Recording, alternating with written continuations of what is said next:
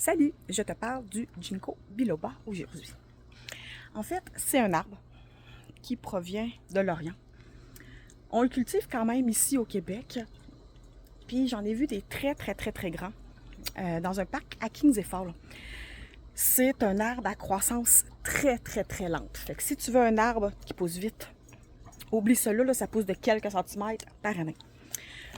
On reconnaît son arbre avec ses feuilles. Tu vois, elle a vraiment des feuilles très distinctes. Ok, je vais t'en prendre un ici. En fait, ce qu'on fait avec cet arbre-là, on va l'utiliser pour ses feuilles.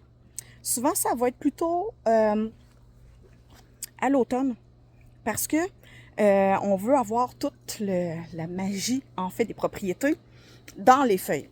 Donc, on va récolter les feuilles quand ils commencent à devenir jaunes. Quand on va en avoir quelques-unes qui vont être jaunes, on va aller récolter nos autres feuilles.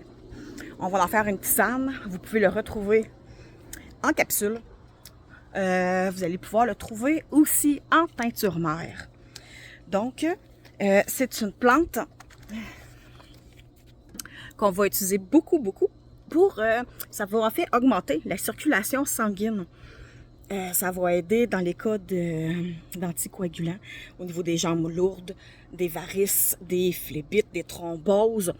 C'est une plante qui va être vasodilatatrice. Donc, en fait, ce que ça fait, c'est que tes veines vont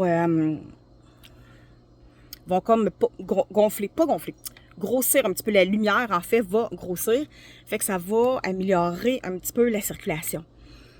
Évidemment, on ne prendra pas cette plante-là enceinte. On ne la prendra pas si on a des enfants. Puis on ne la prendra pas si on a un problème sanguin ou si on prend du coumadin, par exemple, qui va jouer sur l'effet du sang, l'épaissité du sang. Puis, on n'en prendra pas non plus si on a une chirurgie prévue bientôt ou si on vient d'avoir une chirurgie parce qu'évidemment, on ne veut pas augmenter le risque de saignement. C'est beaucoup connu aussi, cette plante-là, pour les troubles de la mémoire, troubles de la concentration. Il paraîtrait que c'est très bien aussi pour les SPM, mais on va surtout l'utiliser pour la concentration en tisane. On pourrait l'utiliser aussi en externe.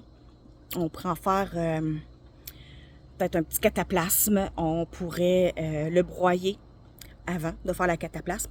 On va l'utiliser pour favoriser la cicatrisation, entre autres. On peut l'utiliser dans des cas d'engelure aussi.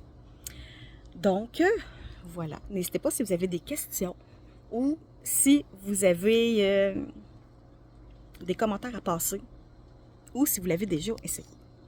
Bonne journée.